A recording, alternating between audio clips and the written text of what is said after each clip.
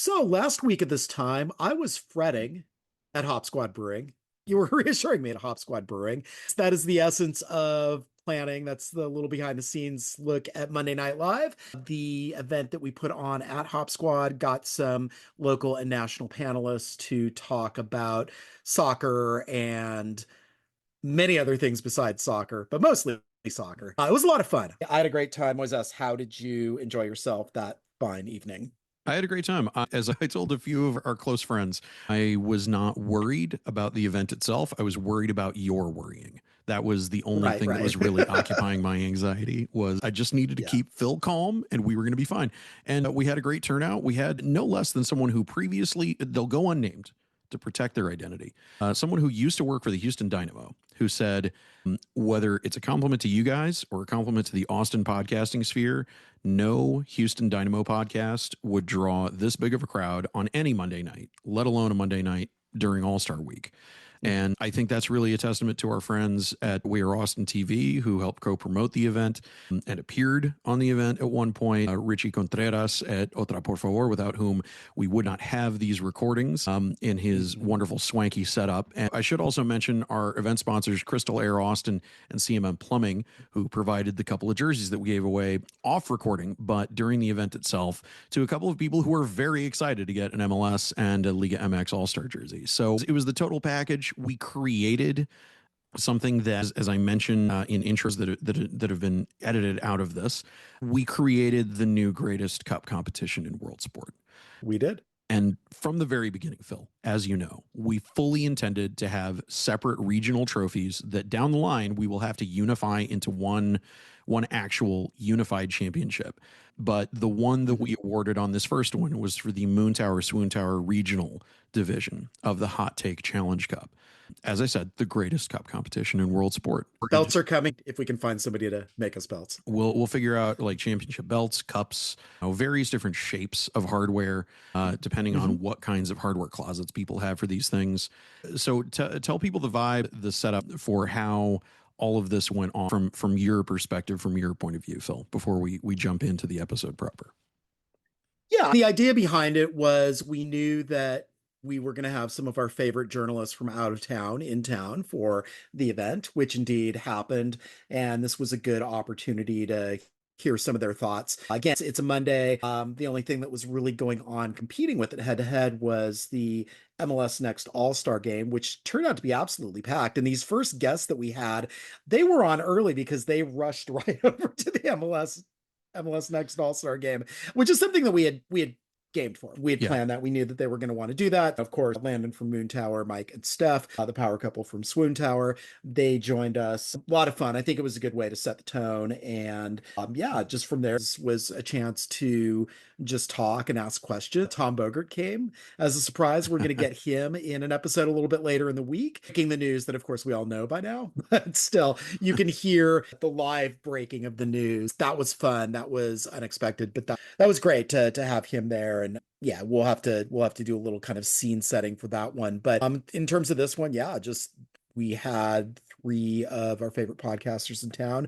ready to go up and break the ice. And you did some intros, and then I got up there and we did our thing. So to give folks a vibe for what we've got this week, we're going to be dropping an episode each day, Monday through Friday this week. The next one up is with our national pundit friends who came in from out of town. Wednesday will be Bogert Mania. Thursday is going to be Hernan and Scott from We Are Austin up against Eli Lesser, legendary LA Galaxy streamer, who came into the venue with a Galaxy hat. He did. Which was a very brave yet foolhardy thing incredibly brave. Did it signify a death wish? Some would say.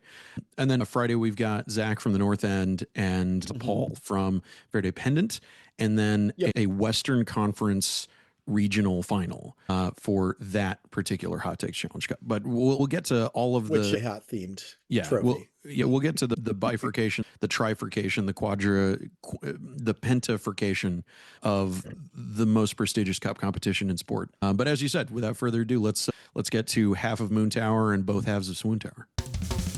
Emergency podcast. Better did a thing, so we gotta talk about it. Emergency podcast. It's an emergency. Emergency podcast. Shut up, how shut up, emergency podcast. It's an emergency.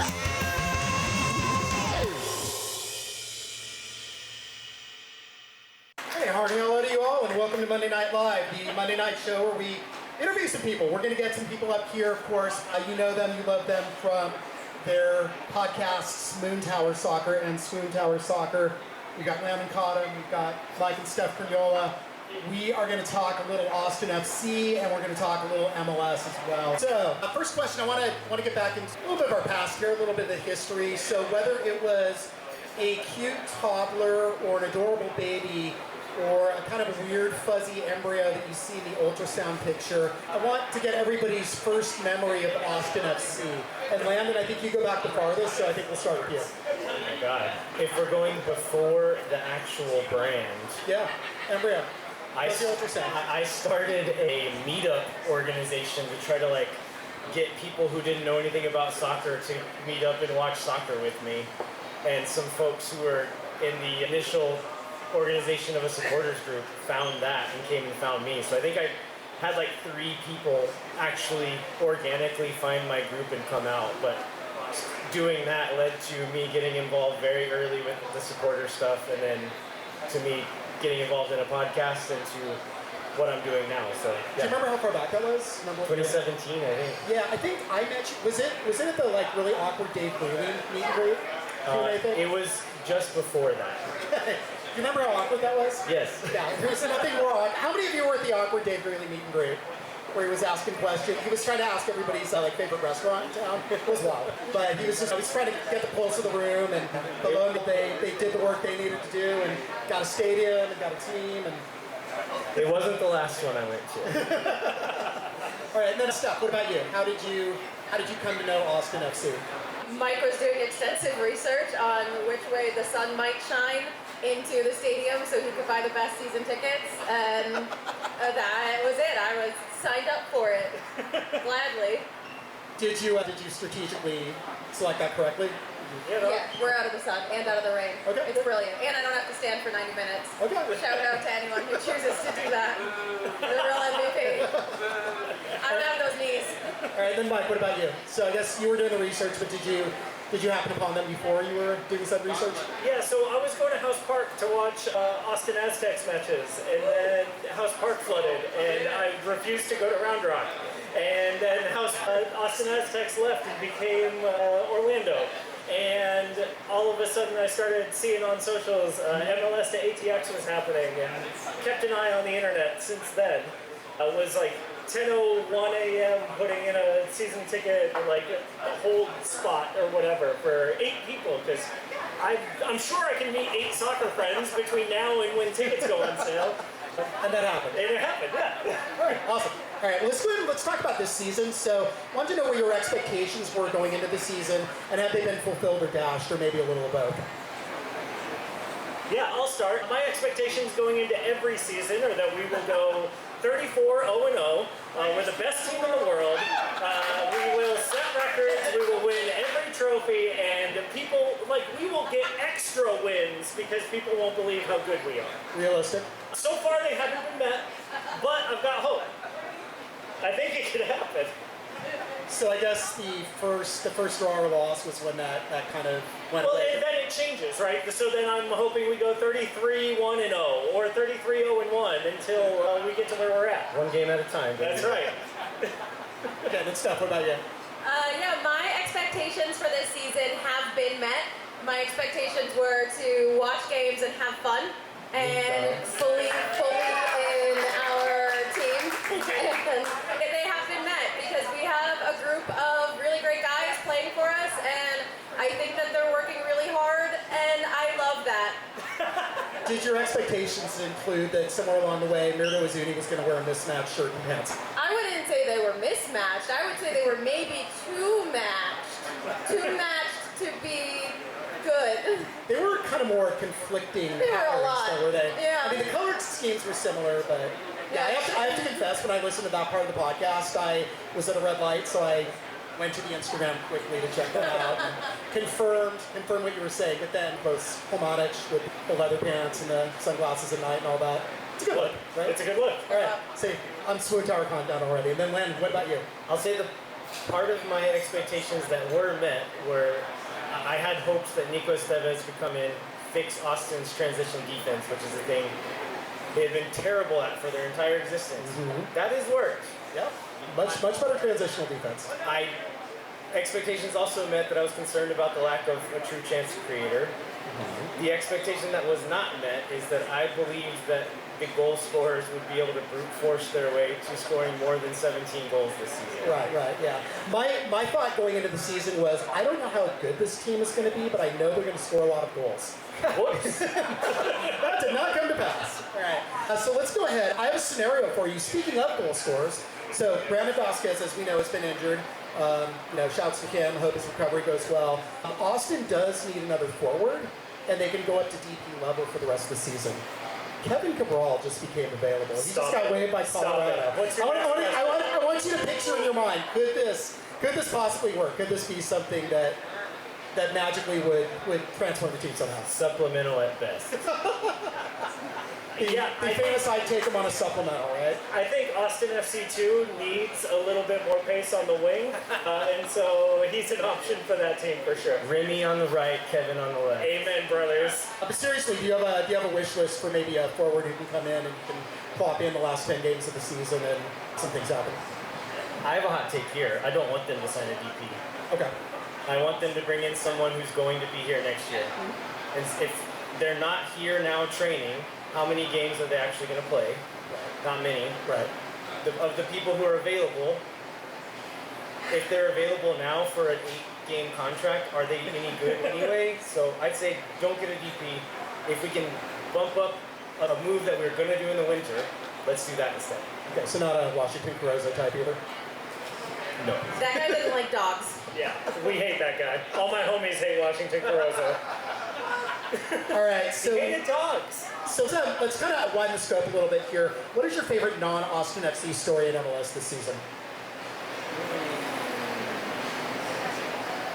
Oh, mine is easy. Mine is Olaf Melberg's journey from sexy young Santa to unemployed MLS manager. I think it is fascinating, and I think when he returns home and discovers the true meaning of Christmas and meets a woman running a Christmas tree farm, we're all going to be better for it. Yeah, so Olaf Melberg, if you do not know, you want to explain a little bit? Olaf Melberg started this season. He was a former center back, very good player who joined St. Louis City. Do things ostensibly for the club to try to make Bundesliga 2 happen in America. And he didn't. And now he's fired. I think after 15 games, right? Yeah. That's how long he lasted? Not a great team. Yeah. A lot of not scoring goals with a lot of expensive players. Yeah, well, But he did make it snow. He did make it snow. He did make it snow. This experiment went awry, maybe we misjudged him. All right. For me, I think my favorite non-Austin storyline is the evolution of LAFC's Denny Belonga Flipgate. Ooh, great. Flipgate was good. Was a good. Flipgate is over. So Denny Belonga does a front flip after he scores goals. This season, he stopped doing front flips for an extended period of time. Trouble in paradise. Or was it an FO-like move to preserve his physical health? We don't know. But he started doing flips again during Club World Cup. No, it was during Open Cup. You're right. Yeah. I think the latest we saw from Belonga is he left a fan hanging. We wanted to give him a high five. Yeah, but that doesn't concern Flipgate. Yeah. But it falls into that celebration. Sure, right? yeah. He's not focused. Yeah. Landon, what about you? I think from a feel-good perspective, it's the Vancouver Whitecaps, and especially little Sebastian Berhalter. Just a little boy when he was not playing here, and was always assumed he would become good at some point, and he's finally doing it. From a Schadenfreude perspective, it's the LA Galaxy. I love watching them be bad. Boy, have they been bad. Sorry, Eli. Except for this little patch, they played us again. 2 games. Yeah, look out. All right, so I want to get into who your favorite Austin FC player not named Brad Stuber is and why. Because clearly Brad Stuber is everybody's favorite, right? Yeah. Good. I'm glad we have that consensus. All right. Mikael Dessler. Okay. Go on. Tell me You more. should have worn your shirt. He's my brand on Moontower Soccer is boring but accurate. Mikael Dessler is the embodiment of boring but accurate on the field. He's just very, very good. He's like a 7 or an 8 across the board. He's not a 10 at anything, but he's a 7 at everything, and I love that. Yeah, my favorite non-Brad Stuber player is Owen Wolf. He is phenomenal. He's so good. I heard he only gets minutes because his dad's the coach, but like he's so good. Yeah, so I wanted to let Mike go first so that I wouldn't take his. So on brand completely, my favorite non-Brad Stuber player is Julio Cascante. For the looks and for the support that he gives, whether he's starting or not, like he is there. He's just a good boy. He is there. He's a good guy, yeah. His commitment to not warming up. His commitment to being present in every moment of the match. He doesn't let anything distract him, let alone warm-ups. You're right. So, He's just a great one. do you have a candidate for your favorite Austin FC player not named Brad Stuber next year if Julio Cascante doesn't need move on? I refuse to entertain that question. I take him out of the But I will say, and this is, of course, who knows if he'll be here next year, but my runner-up is Danny Pereira, just for the chaos vibes. You may be here even less than Yes. this year. Yeah, Tom, I don't will you be here wanna- next week? Little. Yeah, any news here, Tom? Just as long as he makes a Soccer-Wise interview tomorrow, right? Hey, Tom. Let's go. Tom Burton's in the house. All right, so we got one more question, but it's not quite a question. It's kind of a poetry slam wrapped in a question. I'm gonna let Moises explain a little bit here. So our dear friends here from Moontower and Swoontower are going to make their way over to the MLS Next All-Star Game because they're very serious, very journalistic people who have a lot of things to do in their busy lives. But while we have them, these sickos are going to help us inaugurate the greatest cup competition since the U.S. Open Cup, since Copa Tejas. We're calling it the Hot Take Challenge Cup. So what we're going to do is each one of them is going to give us a hot take about MLS. And it can even be tangentially related to MLS if they want. And then by audience reaction, we're going to determine who the winner is. We're going to do this with some of our other friends from journalism after we do a little break. We're going to do a full bracketed group stage competition. We're very serious about this, and it's going to get real freaking silly. So Phil's going to take over here, and we're going to have them deliver their hot take, and then discuss as a group, assail one another if they want. Who knows what kinds of fireworks are going to go off, but how do you guys feel about inaugurating the Hot Take Challenge Cup, the greatest competition in sports? Nervous. I was born for this. Disadvantaged. All right, without further ado, your master of ceremonies once again, Mr. Phil West. All right. I heard his name rhymes with still the best. Yeah, I heard that too. Yeah, actually, I used to run poetry slams back in the day. I used to have Of a course set you of did. scorecards in my car driving around. So, all right. So what we're doing then, so this is MLS adjacent, so this can deal with Austin FC, this can deal with MLS. Let's see, pick a number between 1 and 10. 7, 8. 4. 8. So what order do you want to go? You want to go first, second, third? I guess I'll go first. Okay, all right. I'm so brave. Should I just say it? Yeah. All right. I don't know. I'm so nervous. I think that MLS media, as it stands, is actively harming fan retention. Go on. Should I go on now, or should we each drop ours and then explain them? We can do it that way. Yeah. Okay. All right, my hot take is that all Canadian MLS teams should be relocated to the United States, and the Canadian team should join CPL. So I'm gonna have a clarifying question for yours on that, but we'll wait until we get Landon's take, and then we'll go back around and do the explanation parts. So Landon, go ahead. Trying to word this in a way while Derek Ensign is filming me that some of my very good friends are not going to be really angry at me. Put it in the chat. I feel like MLS fan and soccer fans in general, but MLS fans specifically, have too high of expectations for how players do and should interact with them.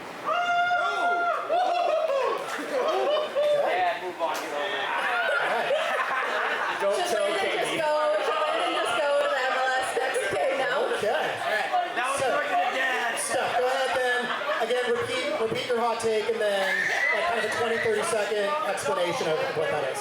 Yeah, so my hot take is that MLS media, as it stands, is actively harming fan retention. And I think because they've put all this money into creating this documentary on sides to try to get fans into the game, and then they give them no content that supports the type of fan who's coming in to watch based on that content.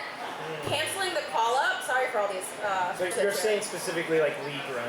League run media. I'm not talking about independent Looking at media. you, Joe Lowry.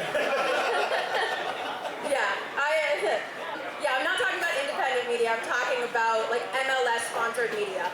Canceling the call-up is a clear sign that they don't care about giving airtime to personal lives and stories and showing to the fans that these players are human beings behind the sport. Canceling that means they don't have any intention of following through with the work that Onside may have done. The commentators having clear bias during every game. Yeah. I know that's a really specific hot Austin button. Again, sorry Eli, everyone loves the Galaxy. But well, they had David Beckham. I don't know if you knew that. Having that clear bias alienates folks who are just getting in and makes them feel like maybe their team is less deserving of fair and accurate commentating if the commentators don't bother to learn clear pronunciation of these players' names. That's to me like a base level expectation of anyone doing a researched job, and being able to have information that appeals to the experts who've been with this game for a long time and to the folks who are just getting started without just sitting in some weird middle ground that doesn't actually cater to anyone is doing a disservice to any fan trying to get more involved with MLS. All right, Joseph Spaghetti beer. You'll learn my beer. Hi.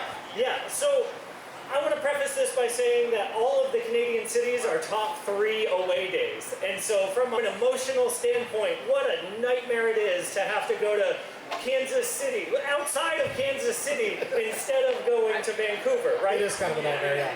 But the rules between the Canadian Federation and the American Federation, the problems that we have with signing players who are domestic players for Canadian teams versus American teams, and just the number of hoops that you have to jump through. Let's simplify it. Like, we don't have to try this hard. Also, if the Canadian national team is worse because they don't get to play against MLS players, good. So are you saying like Vancouver gets plopped down into Indianapolis? Yeah. Okay. Yeah, Vancouver and Indianapolis. Somebody in Phoenix, right? Somebody pick the best American cities that don't have teams. Sacramento. Congratulations, Joe Lowry. You just got Toronto FC in Phoenix.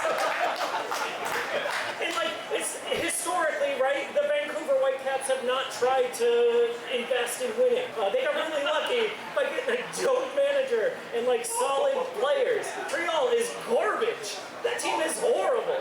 And like, Toronto spends, but on what? What if we picked a different ownership group? Mike, I disagree with you vehemently, and I'm not just trying to make you the bad guy before I give my take. And let me hear it. Okay, I've heard. I don't want to do this anymore. Can I change mine? I'm like, move here, Landon, let's go. I've heard fans complain about enough players not coming around and like clapping for the supporter section, interacting with the team. I do think those things are very nice, and I think if the players want to do them and feel like that it feels natural in the moment, it feels earned in the moment, that they should do those things. But the expectation is the problem I have with it.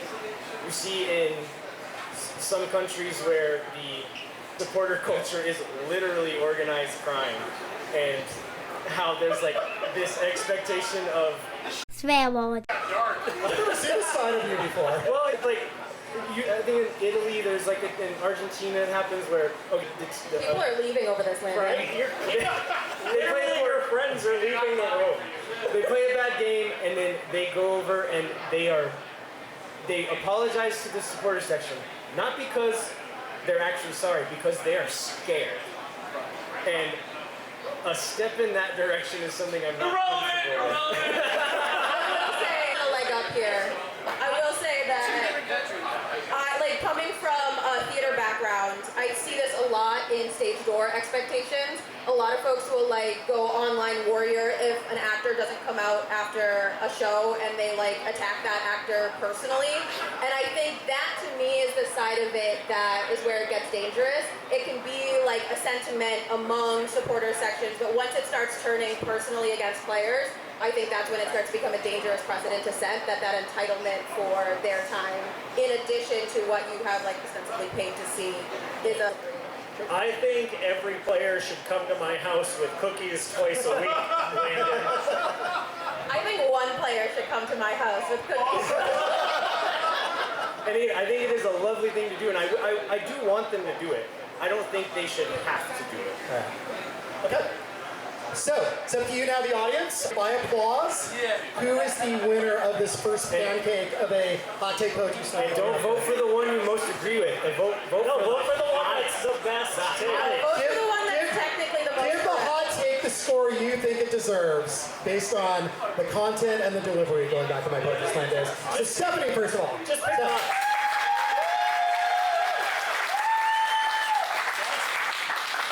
And we have Mike, who wants to relocate. Good. Wow. Canada. All right.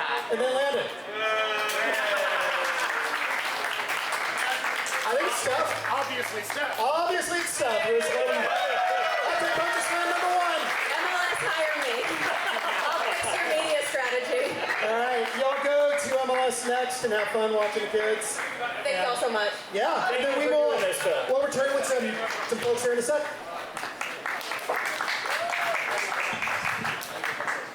Have a good hot take. Yeah.